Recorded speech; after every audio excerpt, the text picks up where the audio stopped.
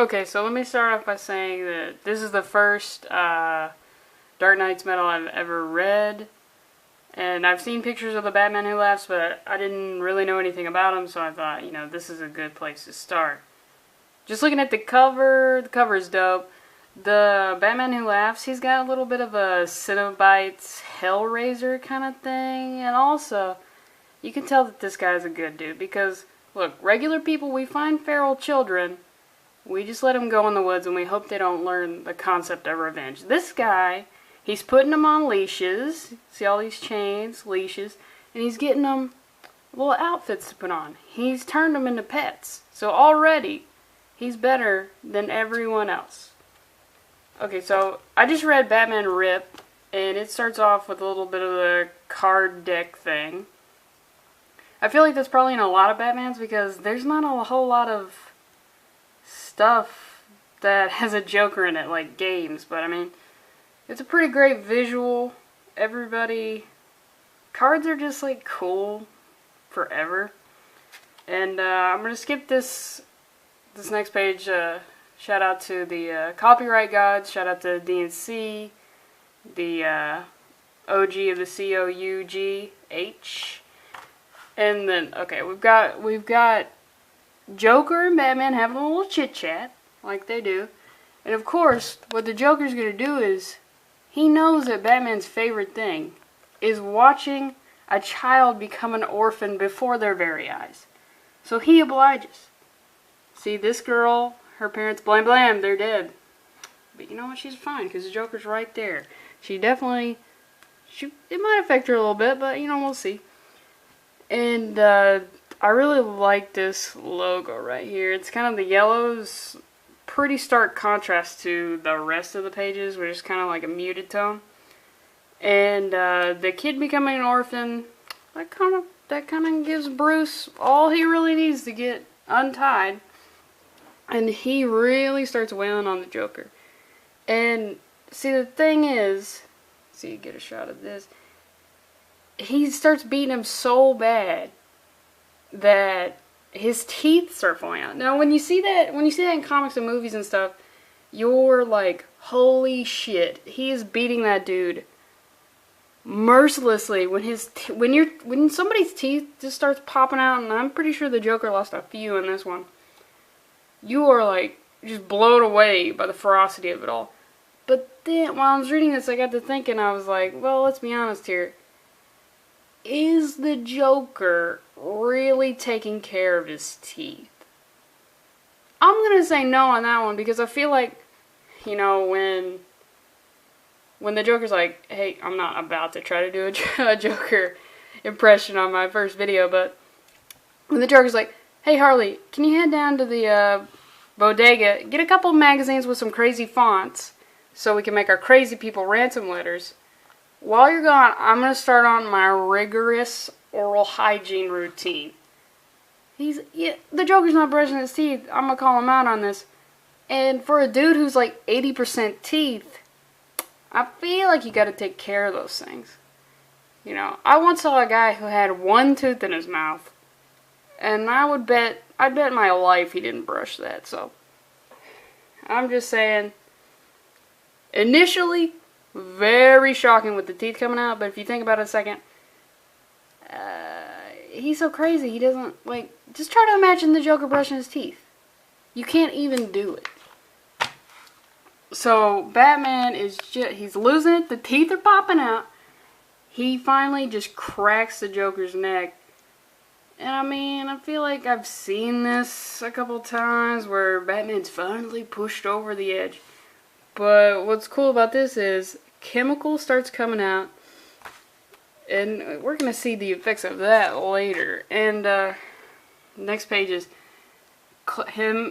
Batman and Superman just having a little chat. Superman just checking in, making sure he's not sliding down the slippery slope, which I love that they included that phrase, because I definitely use that in my everyday. It sounds sarcastic, but it wasn't.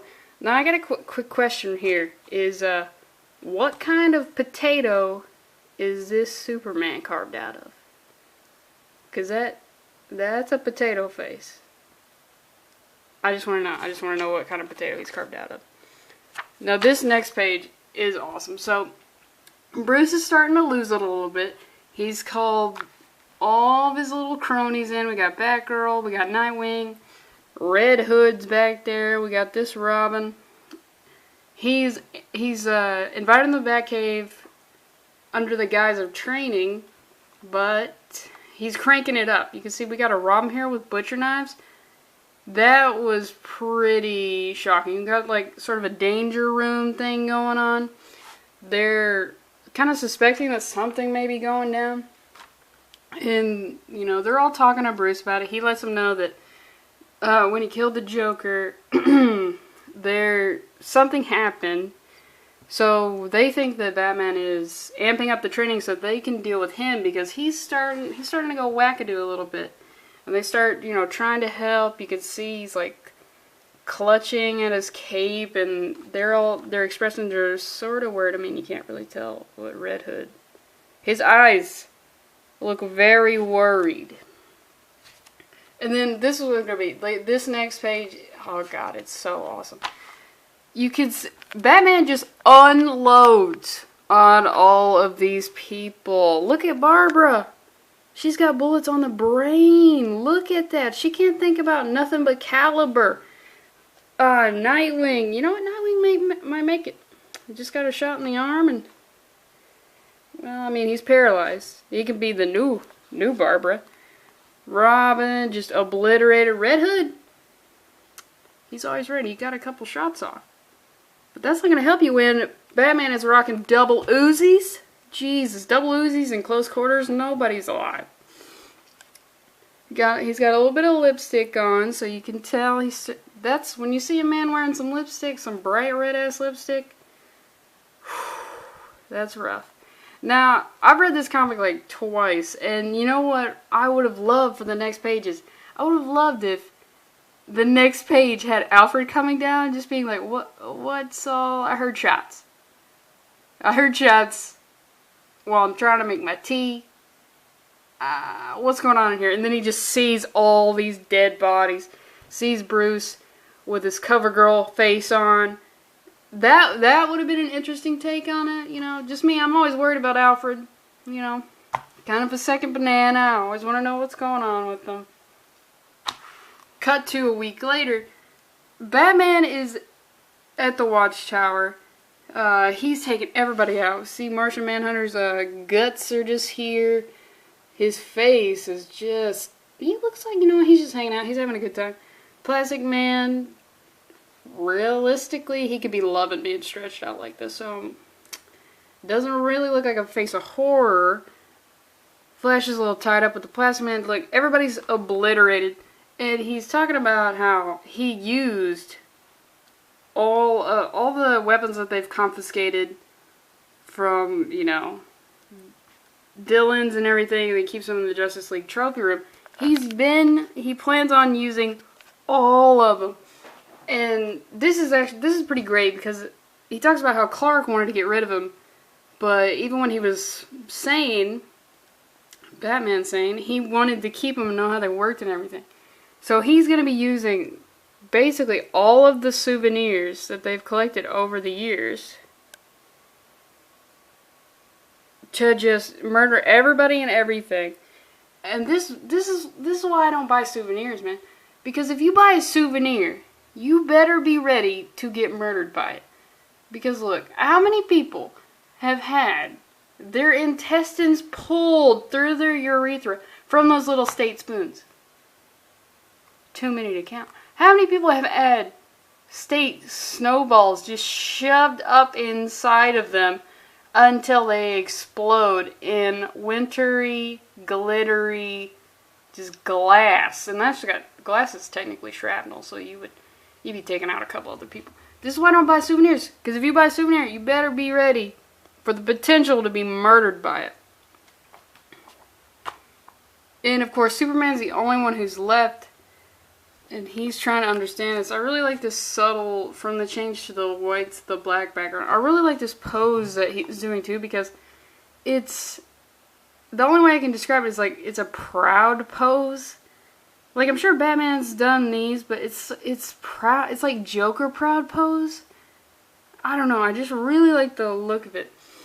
And he's telling Batman, like, hey, why don't you tell your family everything's going to be great? And Superman says, I won't cheapen what I stand for, I won't lie to my family. I thought that was really, because I don't realize Superman, because I think he's got too many powers, you know. I've only read The Red Sun and a couple of Justice League books, but I really thought he was going to say, it'll be okay, just close your eyes or something. So when he said he wouldn't lie, I thought that was great. And then, you know, Batman Who Laughs is like, you know what, that's okay, that's okay. And he unleashes all these little Robins. He gives him he tosses him some black kryptonite that he's altered.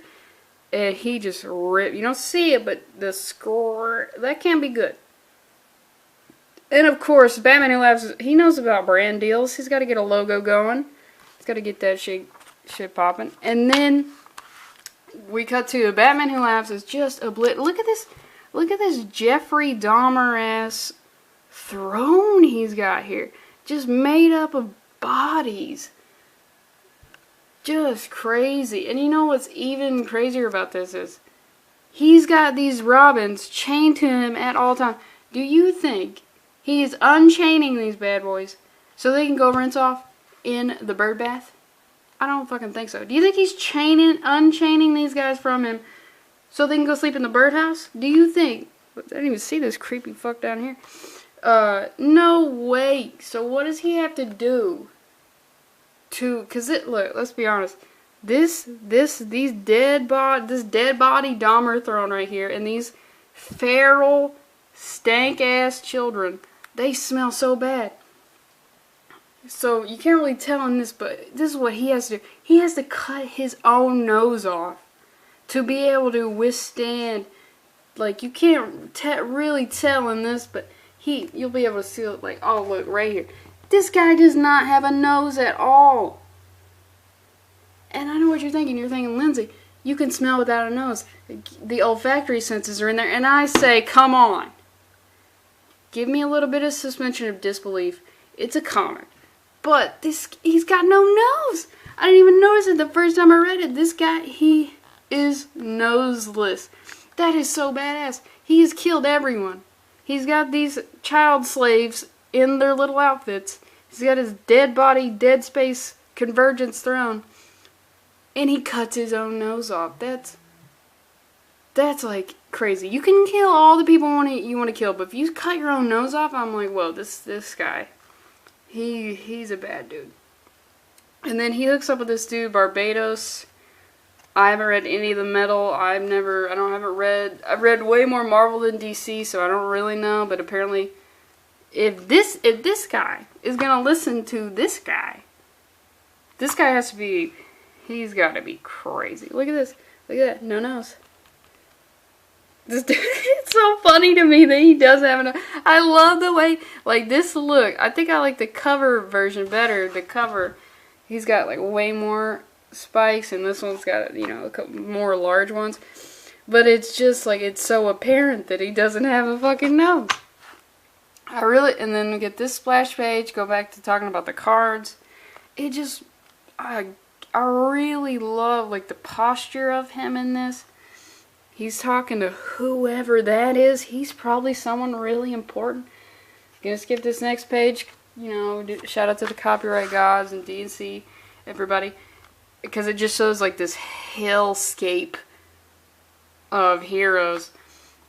And he ends, you know, he talks about how the duality, the best, that he's the best of both worlds. He's the best of the Batman, he's the best of the Joker.